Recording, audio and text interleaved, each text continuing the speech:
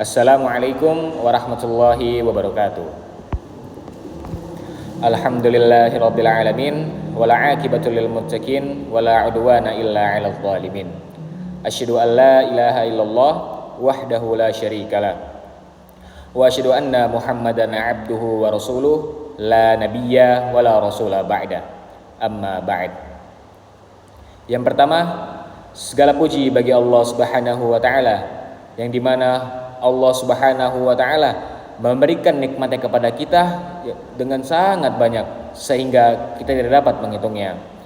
Allah Subhanahu wa taala berfirman, "Wa in ta'uddu ni'matallahi la tuhsuha." Yang artinya, siapa saja yang mencoba untuk menghitung nikmatku, niscaya maka ia tidak akan sanggup menghitungnya.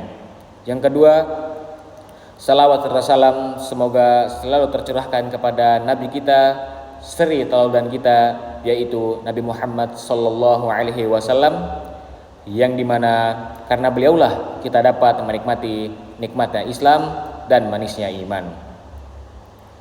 Ya ma'syaral muslimin rahimani wa rahimakumullah.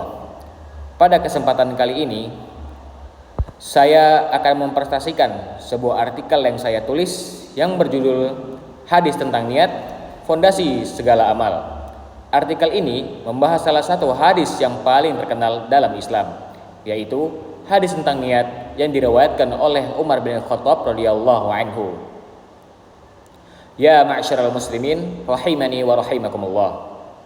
Setiap amal yang kita lakukan sehari-hari, baik itu amal besar maupun kecil, sebenarnya tidak pernah lepas dari satu hal yang sangat menentukan, yaitu niat. Niat ini letaknya di hati, tidak terlihat oleh orang lain, tapi justru disitulah Allah Subhanahu wa ta'ala menilai apakah amal kita diterima atau tidak.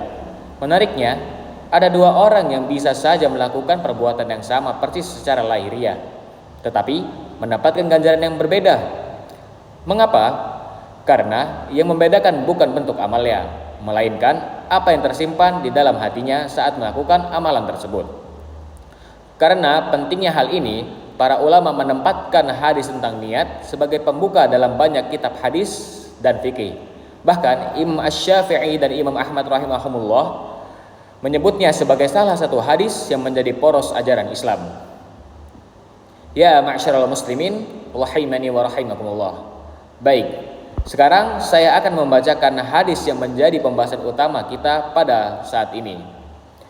An Umar bin Al-Khattab radhiyallahu anhu qala Rasulullah sallallahu alaihi wasallam yaqul qala Rasulullah sallallahu alaihi wasallam innama a'malu binniyat wa innama likulli imri'in ma nawa faman kanat hijratuhu ila Allah wa rasulihi fa hijratuhu ila Allah wa rasulihi wa man kanat hijratuhu ila dunya yusibuha aw imra'atin yankihuha fa hijratuhu ila ma hajara ilaihi. Yang artinya, dari Umar bin Khattab radhiyallahu anhu, ia berkata, Rasulullah sallallahu alaihi wasallam bersabda, sesungguhnya setiap amal tergantung pada niatnya, dan sesungguhnya setiap orang akan mendapatkan apa yang ia niatkan. Barang siapa yang hijrahnya karena Allah dan Rasulnya, maka hijrahnya dinilai untuk Allah dan Rasulnya. Dan barang siapa yang hijrahnya karena dunia yang ingin ia raih atau wanita yang hendak ia nikahi, maka hijrahnya bernilai sesuai dengan apa yang ia tuju. Hadis riwayat Bukhari dan Muslim. Dari hadis ini kita bisa memahami bahwa nilai sebuah perbuatan tidak diukur dari bentuk lahirnya saja, tapi dari niat yang mendasarinya. Kata innama di awal hadis ini berfungsi sebagai kata pembatas. Artinya, hadis ini menegaskan bahwa amal itu benar-benar bergantung pada niat, tidak lebih dan tidak kurang. Menariknya, latar belakang hadis ini berkaitan dengan sebuah kisah. Ada seorang yang berhijrah dari Makkah ke Madinah, tapi bukan karena Allah Subhanahu wa taala dan Rasulnya, melainkan untuk menikahi seorang wanita yang bernama Ummu Qais. Karena itu, orang tersebut dijuluki Muhajir Ummu Qais.